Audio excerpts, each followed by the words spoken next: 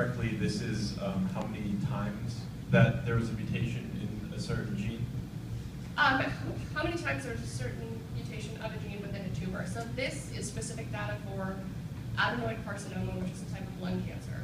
And so each gene is mutating a certain time, and then they're also looking at how much they're mutating together.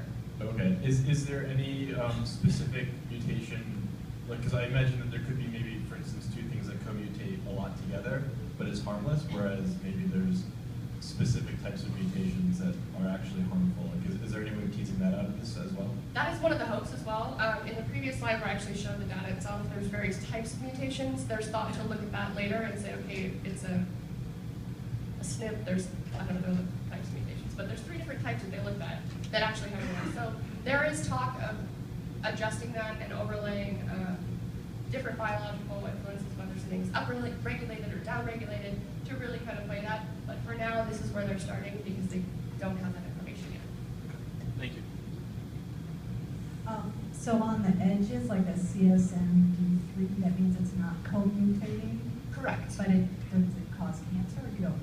They don't believe that they don't believe that it's playing a significant role in the cause of cancer. So when it could be that this gene kind of mutates and it just happens to mutate a lot, but they don't believe that it has any long-term effect because they used to look at just the individual mutation rate.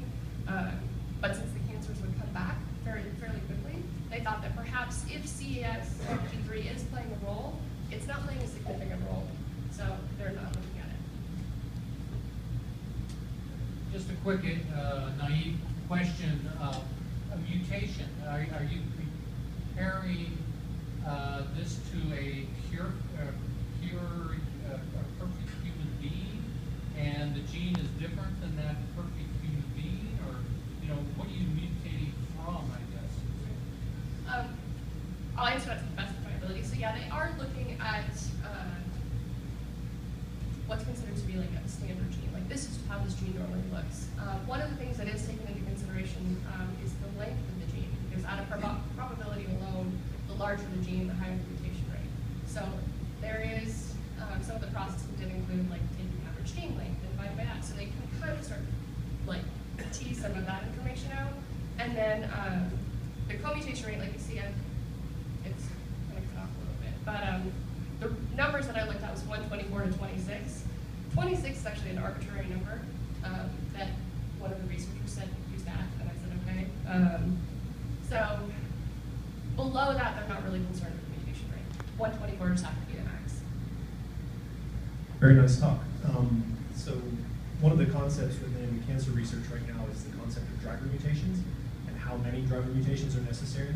And I'm wondering from your diagram and based on the details that you have, do you have a certain level of connectivity that is a minimum connectivity that would code for a mutation or a conversion to a cancer state?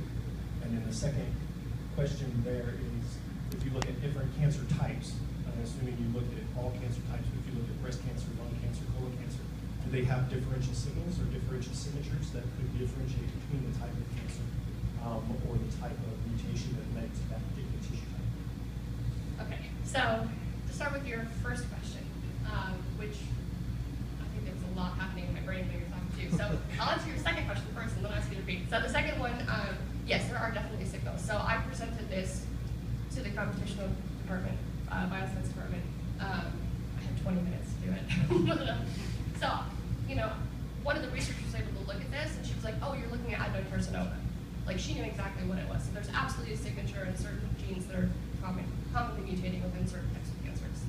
And I'm sorry, would you mind repeating your first question for me?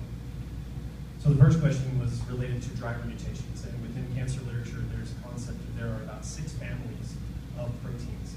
And any one of those can mutate individually without causing a conversion to cancer tissue. But once you get 2 or 3 or X number of co-mutations, so I'm wondering is within your co-mutation matrix and network, do you have a minimum connectivity that seems to code for minimum connectivity within certain things that occur with high frequency, like TP53 is extremely common? Is there a certain connectivity that codes for this is likely to be a cancerous situation or different level of cancer, either a recurring cancer or a primary tumor? I think that's actually some of the hope with using this tool is researcher, but my mentor was in visual analytics, and he's been working closely with the cancer department for a while. And no one has created anything to give people access to the TCGN. It makes it really something that a cancer researcher can use, not something that requires computer scientists to come in and do it. So they're starting to kind of try and build that understanding. I mentioned this is the first iteration, and one of the reasons is because he's taking it back to the research department and saying, what else do you want to see? How many different types of cancer do you want us to process for this? So they can start to really map that out, and this is hopefully the first tool in that. They actually just presented this over the summer at the NIH cancer research thing. So it's a very, very new tool and something they're definitely looking at. All right, since I'm in the back, one more question in the back. You are just full of questions today. So is there treatment data also in the data that you're looking at, so that if any external influences are shown in this, that it's possible to tease that out? Not yet. That is actually one of the really big goals, is they want to be able to use that. But creating software that has to do with treatment falls under a whole new category, and they have to follow a separate protocol before they're allowed to put that into the hands of the physician. Any last question? One more question. One more burning question.